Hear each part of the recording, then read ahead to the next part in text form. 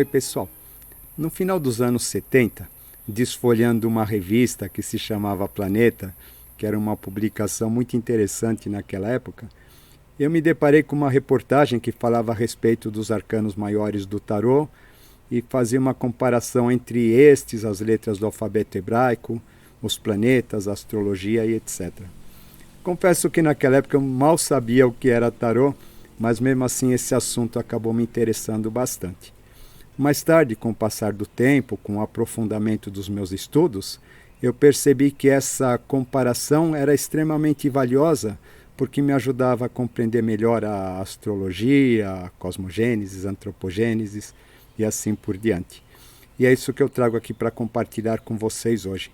Lembrando sempre que aquele que estiver interessado em autoconhecimento a partir da astrologia kármica encontrará os meus dados no final desta apresentação, na vinheta. E se você ainda não se inscreveu no canal, faça a sua inscrição e ative o sininho. Vamos lá então. Ora direis ouvir estrelas.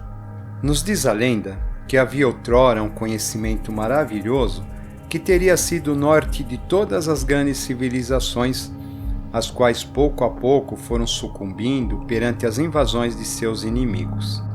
Temerosos de que tais conquistadores, em posse de tão primordial sabedoria, a usassem para seus fins escusos, resolveram os grandes sábios que eram guardiães de tal conhecimento naquela época, instituir escolas, onde os homens mais valorosos seriam admitidos, não antes de passar por rigorosos testes de bravura e fidelidade, como prova de suas boas intenções de uso desse ensinamento perante a humanidade.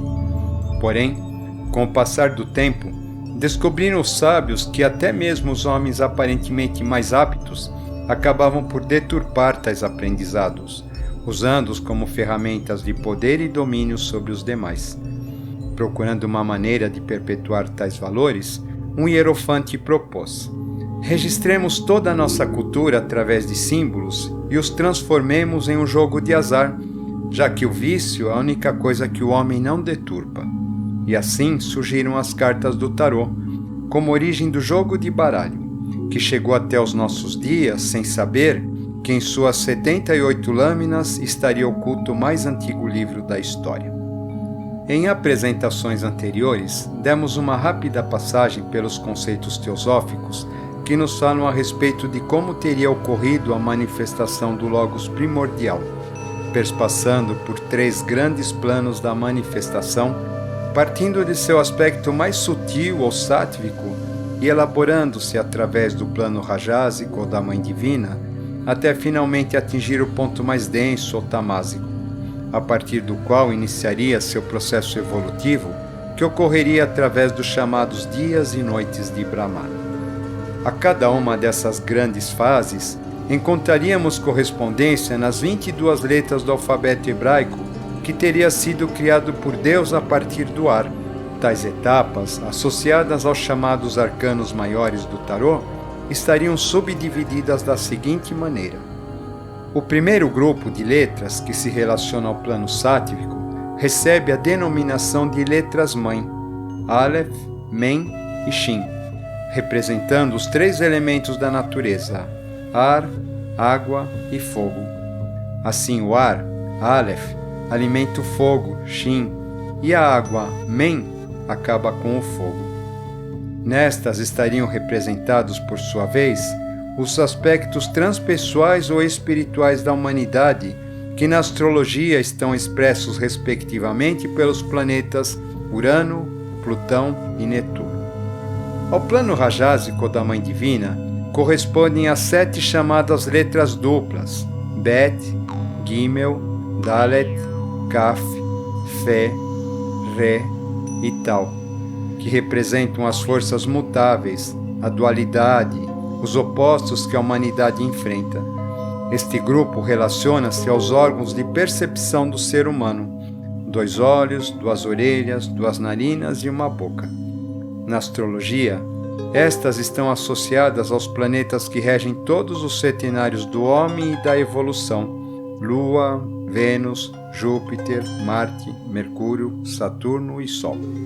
E ao plano tamásico manifestado corresponde o terceiro grupo, que é composto por 12 letras simples: Re, Val, Zain, Het, Tet, Yod, Lamed, Nun, Samer, Ain, Tsad e Kof, assim chamadas porque possuem som único e constante. Simbolizam os 12 signos do zodíaco e o espaço contido em diferentes caminhos dados ao homem como fundamentos para que o mesmo possa se sentir e se conectar com o universo. Vejamos agora isso um pouco mais detalhadamente.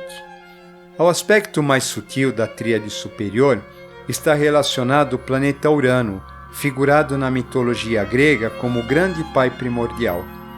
A este corresponde o primeiro arcano ou mago e a primeira letra do alfabeto hebraico, Aleph. Do mesmo modo que na astrologia Urano tem o significado de revolução, este arcano também nos assinala começos e recomeços.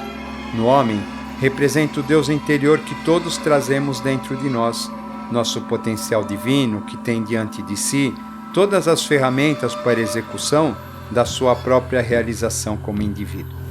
Ao segundo aspecto da tríade superior, encontramos correlação zodiacal com o planeta Netuno, que em astrologia representa a dissolução, associado à 13ª letra do alfabeto hebraico, Men. Na mitologia grega, Netuno está associado ao plano das águas mais primordiais e, portanto, ao próprio Akasha. No homem, representa a transformação por excelência, ou a intermediação entre o plano espiritual e manifestado e o terreno manifesto.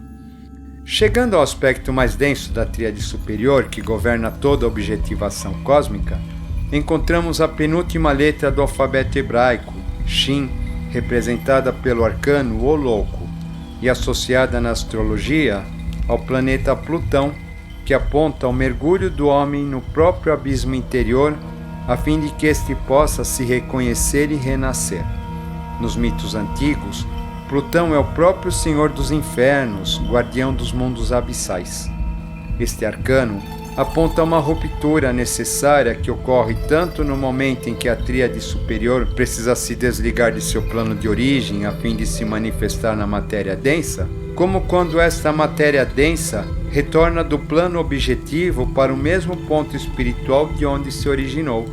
Por isso, em alguns baralhos, esta carta ganha o status de arcano 0, porque demarca o princípio e o fim. É o plutônico tudo ou nada, ou se liberta para o novo, ou retorna até aprender a lição. Uma vez manifestos os aspectos da chamada tríade superior, expressando a espiritualidade como essência do primeiro plano, nossa análise segue agora abordando o plano seguinte de adensamento, que é aquele relativo aos aspectos anímicos da humanidade, em correspondência ao segundo Logos, que se expressa através dos 7 raios planetários ou luzeiros, ou das 7 letras duplas do alfabeto hebraico, conforme já dissemos. Na astrologia, estes estariam simbolizados nos 7 planetas da antiguidade, que por sua vez constituem as almas ou identidades que vivificam os signos do zodíaco. Embora não seja propriamente um planeta, a Lua no passado já o foi, segundo nos conta a tradição teosófica, quando se refere à chamada queda dos anjos, e é exatamente pelo passado, misterioso e encoberto, que tudo se inicia, a origem velada de todas as coisas. Trata-se de um aspecto noturno e feminino. Noturno, porque nos diz a respeito a algo desconhecido que faz parte de um estágio evolutivo anterior ao atual, onde as luzes do nosso conhecimento são incapazes de atingir. E feminino, porque foi o óvulo que deu origem à vida em nosso sistema evolutivo. Está associado à letra hebraica Bet e ao planeta Lua, em termos de simbolismo astrológico. Se a Lua corresponde ao óvulo, é o aspecto venusiano que encontramos referência ao processo de gestação, ou melhor, de autogestação. É a partir dele, que está relacionado ao mental abstrato, que recebemos a capacidade de co-criar a nossa realidade e entramos em contato com a nossa verdadeira natureza divina. Este arcano está associado à letra hebraica Gimel e ao planeta Vênus, que na astrologia aponta nossos potenciais e valores. No homem, representa o insight, o nosso momento criativo, o princípio sagrado feminino ao qual devemos nos reconectar para que possamos ancorar em cada um de nós a chamada tríade superior. Uma vez o ovo engendrado e gerado, surge o Eahô, o filho, prestes a evoluir, que é associado ao Yod, Ré, Val, Ré, ou Jeová como homem cósmico, aquele que vai atuar sendo o regente de todo o nosso quarto sistema evolutivo. O quarto mistério representa a necessidade do homem assenhorar-se de si, para que haja neste a manifestação da tríade superior, tornando o rei em seu próprio reino o corpo objetivado. Este arcano está associado à letra hebraica Dalet e ao planeta Júpiter, como símbolo astrológico da expansão da consciência. Para que possa assenhorar-se de si mesmo, cabe ao homem desenvolver o autodomínio.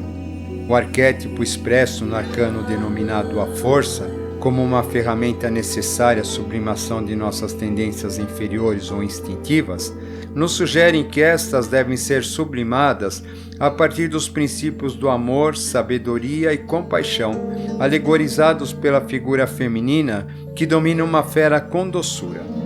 A este arcano está relacionada a letra Kaf, como 11ª do alfabeto hebraico. Na astrologia, o planeta Marte representa os nossos impulsos cegos e instintivos, assim como na mitologia, onde o deus Ares é mais um colecionador de derrotas do que de vitórias, devido aos seus rompantes.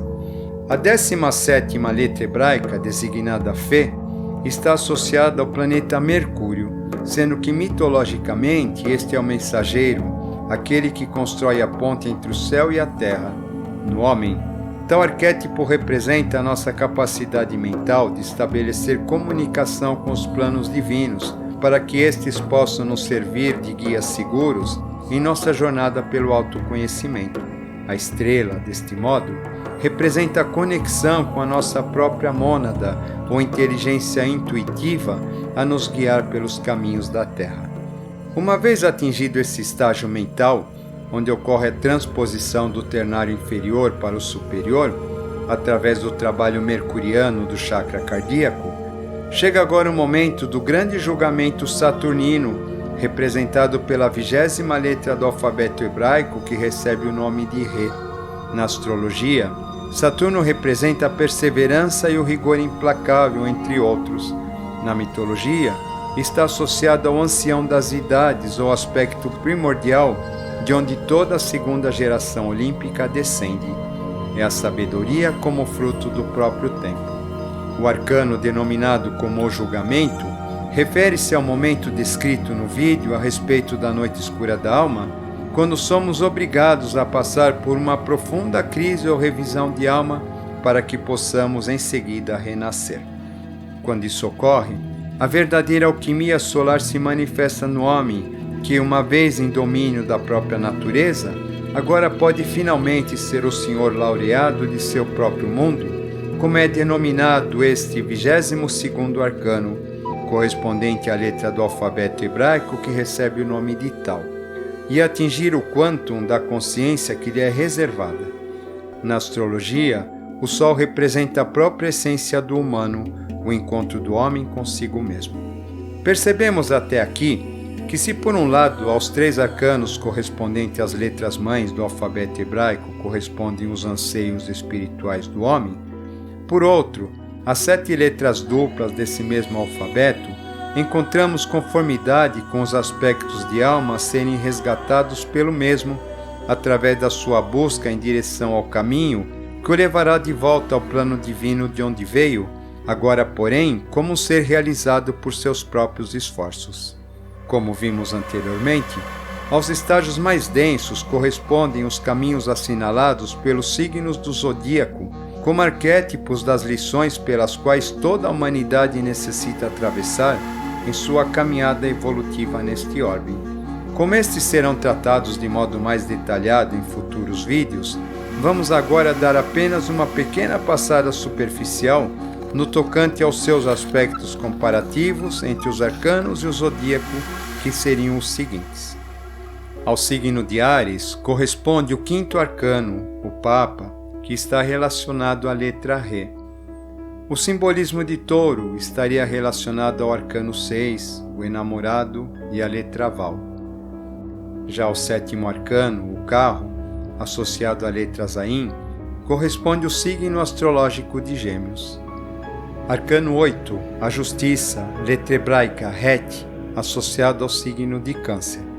Ao arcano 9, o eremita, corresponde ao signo de Leão em relação com a letra Tet do alfabeto hebraico.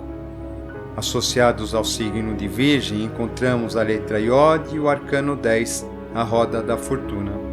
Já o signo de Libra encontra-se nessa abordagem relacionado ao arcano 12, o enforcado e a letra hebraica Lamed. Ao arcano 14, a temperança, letra Nun, encontramos analogia com o signo de Escorpião. O signo de Sagitário está associado ao 15º arcano maior, o diabo, e a letra Samech. A torre, arcano 16, corresponde ao signo de Capricórnio e a letra hebraica Ain. Ao arcano 18, ou a lua, encontramos correspondência com o signo de Aquário e a letra Tzad. E finalizando nossa jornada astrológica, encontramos o arcano 19, o Sol, como correspondente ao signo de Peixes e a letra hebraica Kof. Tanto os símbolos relativos ao zodíaco quanto os arcanos do tarô, por fazerem parte de um grande inconsciente humano, que é expresso pelos arquétipos universais através da mecânica cósmica, estabelecem relações entre si. Porém, a maneira como percebemos esses mistérios vai fazer com que estabeleçamos várias possibilidades de correspondências e diferentes associações entre eles, assim como acontece no tocante à interpretação de todos os mitos de todas as culturas, e deste modo é inevitável que hajam distintas interpretações a respeito de tão profundo simbolismo. Porém, independente das conclusões às quais chegamos, os papéis que tais códigos exercem sobre nós, permitindo-nos estabelecer uma ponte entre o nosso mental concreto e os planos da mente abstrata intuitiva como origem de todos estes símbolos, acaba se cumprindo plenamente. Ao atritar o nosso mental concreto, os arquétipos acabam por nos impulsionar para que nos embrenhemos em nossa própria caminhada. Por isso, os grandes pensadores da humanidade nos falam através de símbolos e nos sugerem direções ao invés de caminhos, pois estes são escolhas e aquisições individuais que cabe a cada um de nós conquistar. Caminhante, não há caminho, o caminho se faz ao andar. Se a conclusão nos for dada por alguém antes de partirmos, não haverá sentido na busca.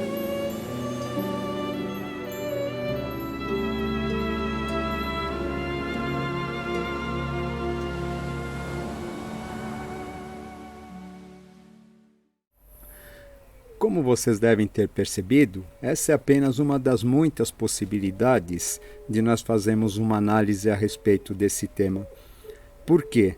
Porque cada um de nós vai estabelecer uma relação subjetiva com cada um desses símbolos, de acordo com a nossa percepção, já que esses símbolos eles não passam pelo nosso mental concreto, e sim representam arquétipos do nosso inconsciente. Por isso, o tarô acaba sendo uma ferramenta fantástica de autoconhecimento ou um oráculo, não para a previsão do futuro, mas sim para que nós tenhamos condições de entrarmos em contato com o nosso inconsciente e percebermos melhor aquilo que eles querem nos dizer e que nós muitas vezes não temos capacidade de perceber. Como sempre lembrando, esse canal não é um canal de imposição de verdades, mas sim um canal com a finalidade de trazer novas possibilidades de compreensão ou de abordagem de assuntos que são conhecidos por todos ou que estão disponíveis a todos. Espero que tenham gostado. Obrigado.